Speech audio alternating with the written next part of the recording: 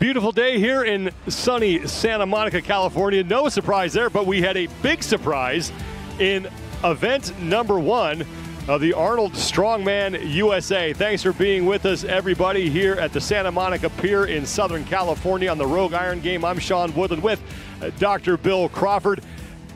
That first event did not go as we had expected.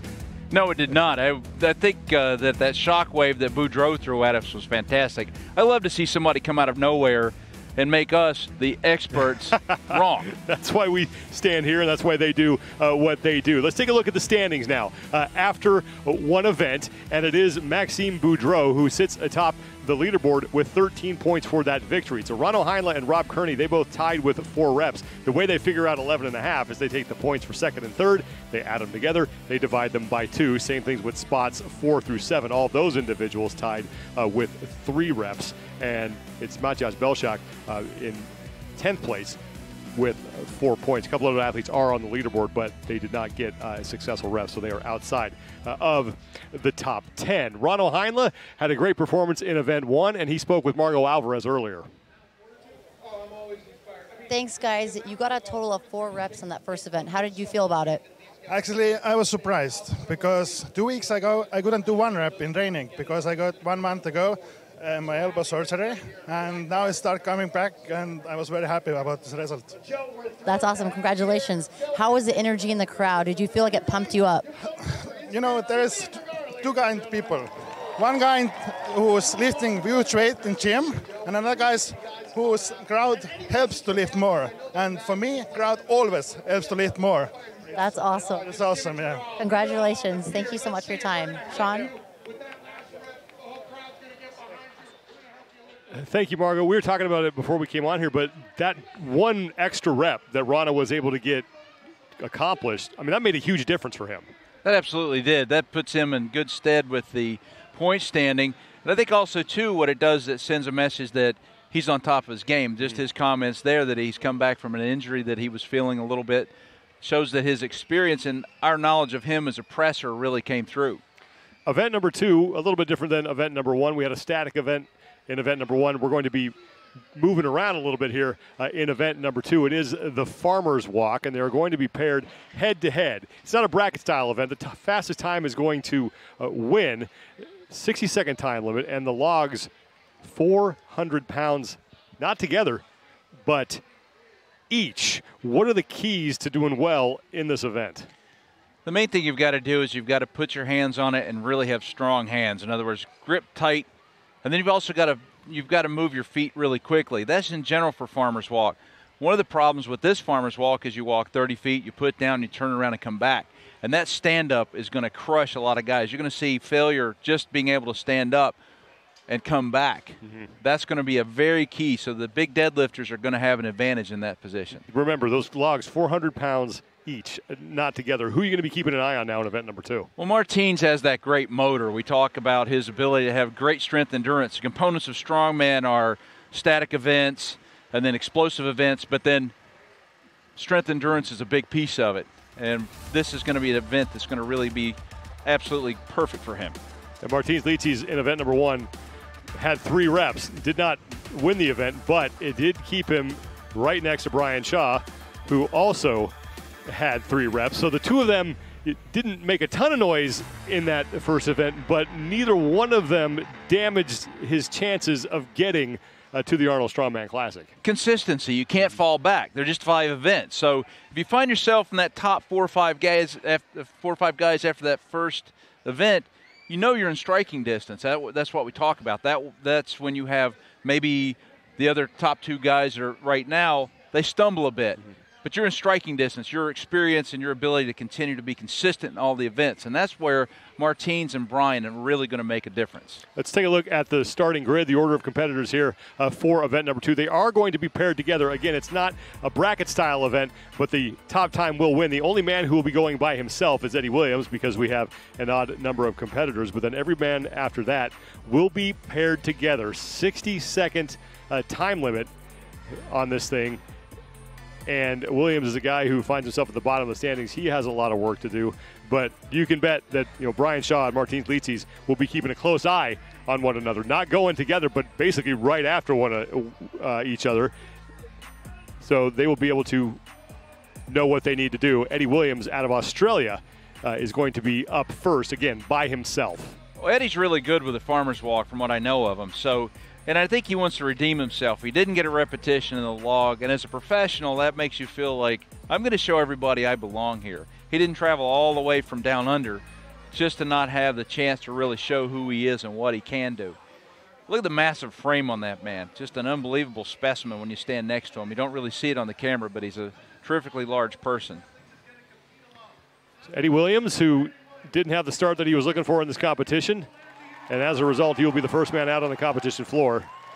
400 pounds in each hand, 60-second time limit. They have to go down and back. Pretty good up. And Williams is off on his first trip down the floor, and as Bill said earlier, he has to put them down when he crosses the line, then turn around and pick them back up. Williams is to the first line. Plenty of time left. Now his trip back. He's focusing on his hands. He's keeping his feet moving because every step is time. And we talk about outrunning your grip, and that's a lot of what you're trying to do. Eddie Williams is in. We'll have to wait on his official time, but pretty good effort there. Only had to put those things down a couple of times. Yes. It's good time, 30 seconds. I think it's going to be the person that was a pretty tough break for him to have a drop right before he finished that first lap, but he really came on really strongly that second lap. And he picked it up very easily too. Very key. Eddie Williams is done. And we're going to have to wait on official times being kept on the floor. But we will do our best to see who is the fastest here. So Eddie was about 28 seconds. Give or take, as he crossed the finish line before we hit that 30-second mark. So he gets Kramer and Jean-Francois Caron. As a look at Kramer, will be paired together. And what's it like in an event like this when you have someone to chase? How does that affect you? Well, you kind of have a person to gauge yourself against, and you're running against the clock, but it is great to have somebody next to you. It can be deceiving, though, because if the other guy's really not going as fast as you think he is, and there's another time out there. So it looks great for the crowd, but honestly, you're just going as fast as possible. Eddie Williams' official time, 26 seconds. Jean-Francois Caron and Jitsi Kramer are up next. Caron is on the right, and Kramer is on the left. JF's Canadian. He'll have a good grip. He'll do well with this. The other two men who are looking to climb their way up the standings here. As in event number one, Kramer did not get a successful lift on that Slater log, and JF Caron was only able to get one. They're off. And it's Caron who's in the early lead, and Caron looking to get all the way across the floor in one attempt, and he does, as does Kramer. Caron now on the trip back, and he is ahead of Kramer, and Caron moving quickly, and he is through. Great time, really good time. That will definitely be the top time as Kramer has finished. JF Caron, the early mark to beat here. That was a blistering pace. He didn't waver at all, and he had an easy pickup on the second lap. Really fantastic. One more look at it. JF Caron on the way back was just as fast as he was on the way down and never put those things down until he got across the finish line. He's focused on his hands. He's moving his feet really quickly. Those are the keys. Matjaz Belsak and Casey Garrison up next. Matjaz finds himself kind of in a little deeper hole than he wanted to here. I think he really needs to close that gap because Gerry and Rano kind of took a little bit more leverage against him here. So he needs to have a good showing on this one. Casey Garrison will take the floor. Matjaz told me he was born strong. So let's see if he can live up to that. 14.62 seconds from JF Caron is your new time to beat. That is really fast. Almost twice as fast as Eddie Williams. That is really fast. That's going to be a tough time to beat. Matjaz Belsak out of Slovenia.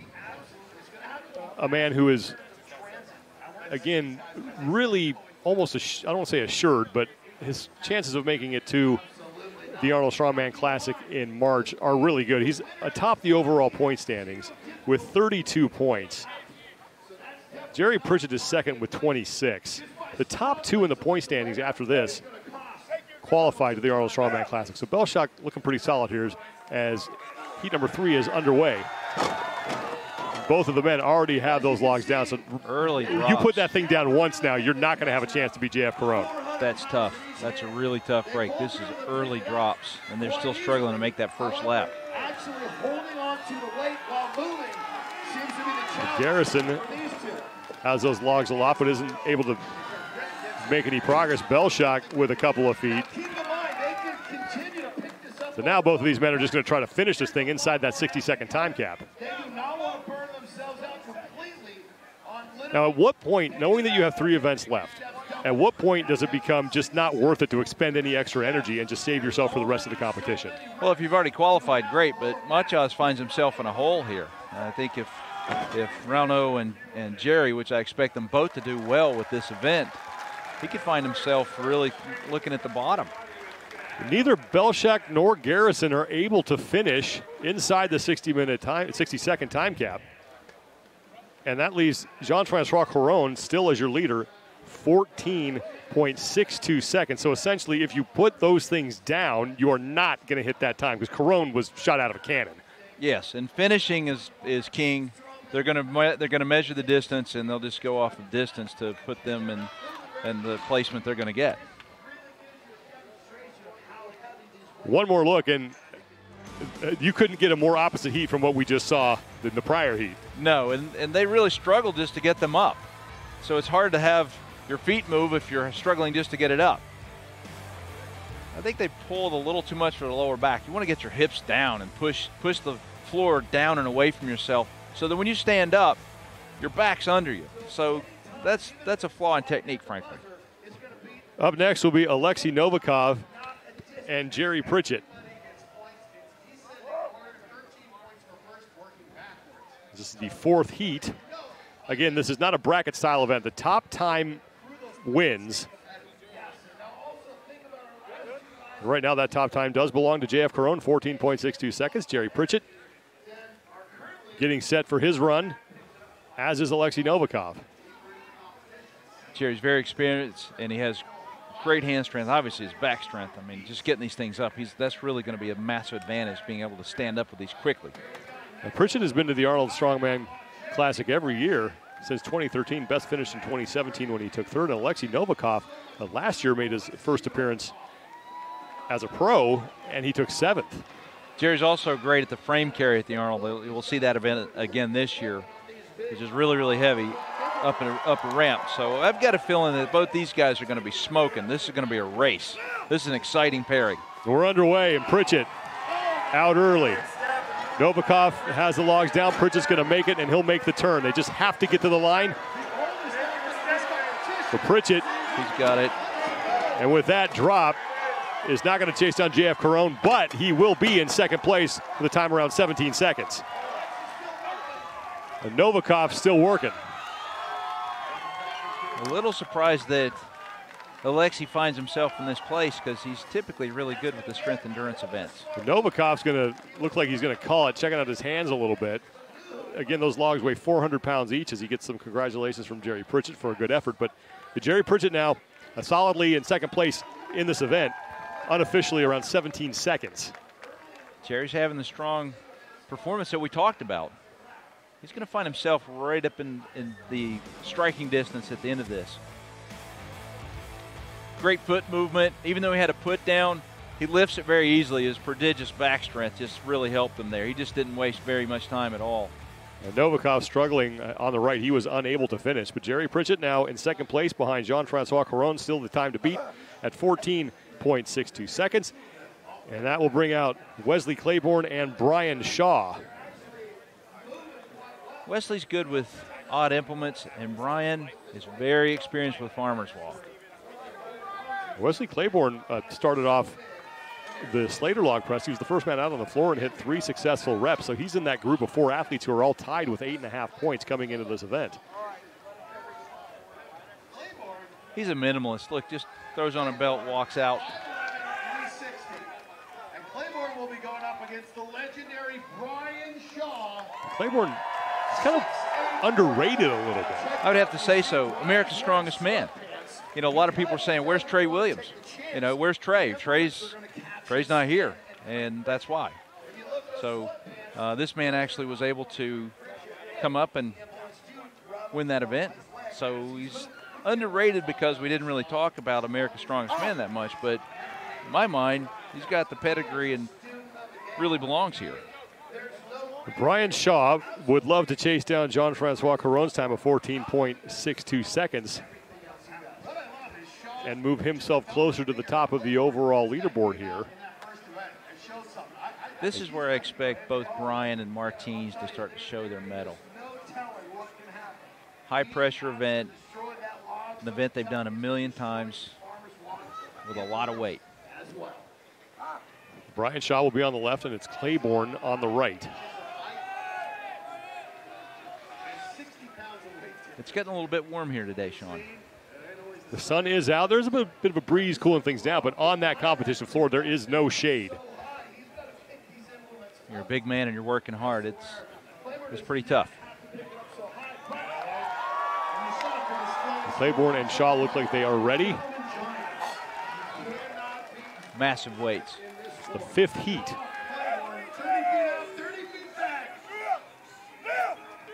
And we are underway. Both men no problem getting those things lifted up. And there goes Brian Shaw. Claiborne already has it down.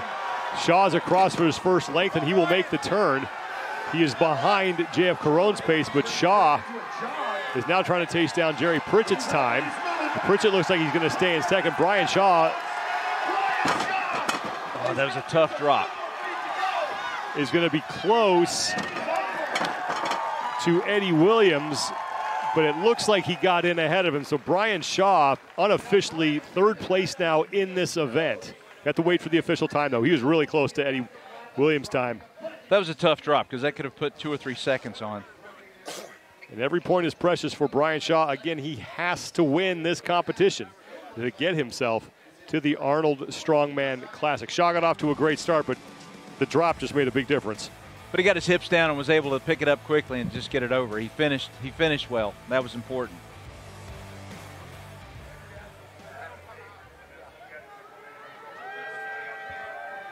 Up next, it's Martins Licis and Rob Kearney.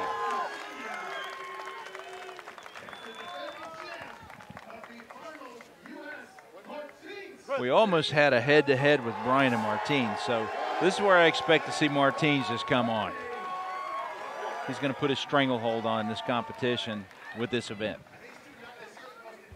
So Licis obviously would love the time to beat because that would go a long way towards putting him atop the overall leaderboard. But if he can beat Brian Shaw, he'll start to get a little distance between the two of them. Rob Kearney, very impressive in event number 1. One of 2 men to lift that Slater log 4 times. With a strength endurance event like this, I have to ask, how much does Rob want this? He's already qualified. He's not going to do anything that's going to jeopardize his chances. Now we are underway, and Martins Licis sprinting down the floor. First length is done, makes the turn in about 8 seconds. Licis on his way back.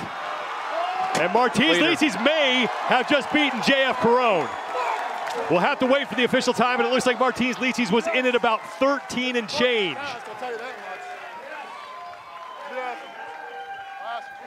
That's exactly what I think we were talking about. Rob Kearney is still working, but Martins Licis, with 1 heat left, is staring at an event win here.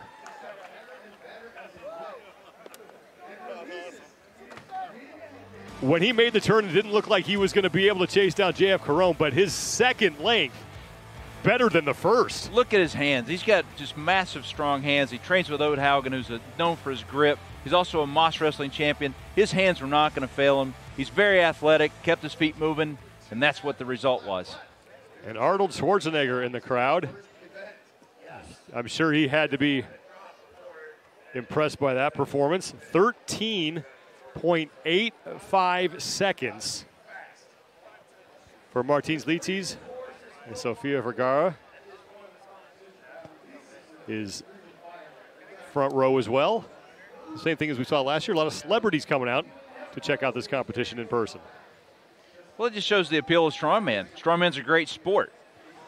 Arnold loves it because he really cites bodybuilding and strongman to have its same origins over 100 years ago. So for him, this is a dream come true.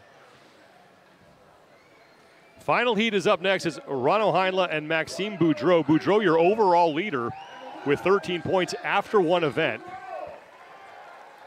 The time to beat is 13.85 seconds from Martins Licis. I'll be honest with you, Boudreau is Canadian. As I said before, they've got great grips. We saw JF's performance. And on the same side, Rano is a great deadlifter. And we spent a lot of time talking about, Licis and Shaw having to win. Maxime Boudreau, he's got to win too to get himself to the Arnold Strongman Classic. So a lot of guys are really swinging for the fences here early.